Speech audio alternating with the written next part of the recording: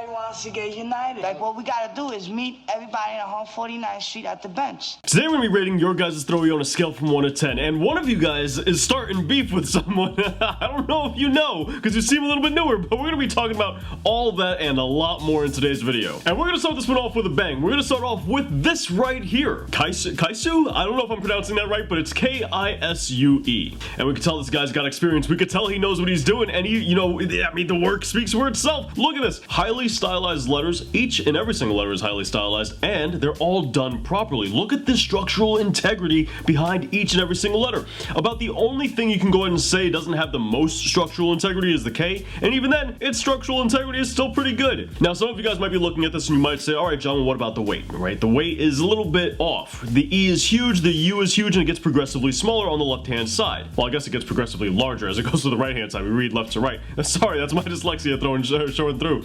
But this is very intentional. We can tell this because of the way the name is leaning in general. And given the fact that he very clearly is very skilled, we know that something like letter name weight is not something that they're going to skip on. That'd be the equivalent of an architect being judged for using isometric forms. It's like, well, clearly the architect knows actual perspective, but they just chose to do it this way because of whatever reasons they might have done it that way for. Same thing here. The weight is not an issue here. It was very intentional. For that reason, we might give this a good 9 out of 10 or 10 out of 10. Let me know what you guys think in the comments down below. Goon, alright, I like this. The G-O-O-N, dude, you pulled this off magnificently. Can we just go ahead and call that out? There is nothing better than a nice crispy throw up with just nice clean letters, man. There's a certain appreciation you gotta have for it, and you did a phenomenal job here. I do think you could have made the top of the G very similar to the double O's, but that's neither here nor there. And the reason I go ahead and make this critique is because, well, the G could very easily fit this same exact top that the N has, and then a smaller version of its serif as well. Now, let me tell you what this would do for you. Not only is that going to fill negative space with this area right here, but it's also going to boost up your flow. Not only from line uniformity and similarity, but you already have that. So how else is it boosting flow? The answer is letter uniformity and similarity. Now, suddenly, something that's pretty unique on the N is being repeated on the G. So you get a little bit more benefit, a little bit more bang for your buck out of that right there. With that said, though, that's not something that you have to do. This is still a very solid throw, still very, very well done. So I'll give this a good 8 out of 10. I really, really like this. Nino, I'm very skeptical about this one. Let me share with you guys why I feel that way. Whenever I see choppy line work, whenever I see hesitant shapes, it is always a red flag. The reason for this is because line and shape are two of the elements of art that progress pretty much faster than every other fundamental, no matter the art form. And the reason this happens is because, well, you always have to use lines and shapes to create pretty much anything, and as a result, you practice those more than anything else. So when you see choppy lines and shapes, that tells you that the person doesn't have all that much experience, and if they don't have all that much experience, then how are you getting letter structures like your N, your second N, and your E? These letter structures, especially the E, are letter structures that are learned and observed. These are not letter structures that somebody this new to graffiti comes up with on their own, because they aren't the base structure of these letters in a throwy form. However, something like the E and the O are definitely more base structure letters.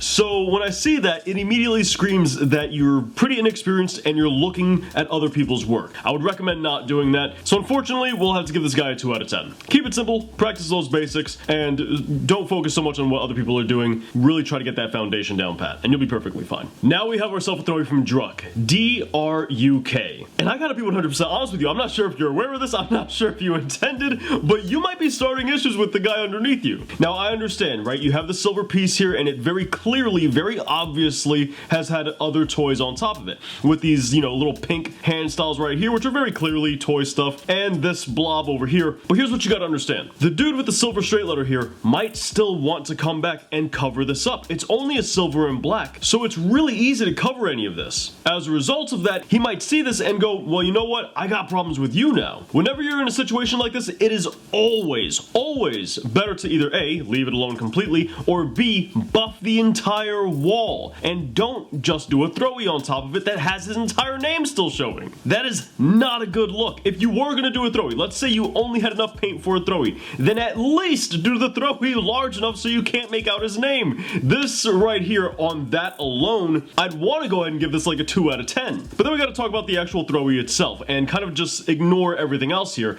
And rating it on that, that, we're still gonna give it probably a 2 out of 10. Let me explain why. This is supposed to say druk, D-R-U-K, but this very first letter is definitively not a D. That is 100% a lowercase a. Now you could make the argument, alright John, well it could be a lowercase d. Well, yeah, sure. The only issue is this part is rounded. Stems aren't round, stems are straight. At very least, they're more of an oval shape. Not to mention the fact it's also rounded on this left side as well, so once again, yet again, another thing working against him. And seeing as he's already got a straighter edge here on the K, and a very nice straight edge here on the K as well, if this was a lowercase d, he very easily could have done that same exact shape over here. So the fact that he didn't tells us that this is meant to be a stylized uppercase D that does not at all function like a D. That is a massive issue. Also, not to mention the fact that the D and the R are significantly, substantially smaller than the U and the K, which leads to not only weight issues but also negative space management issues.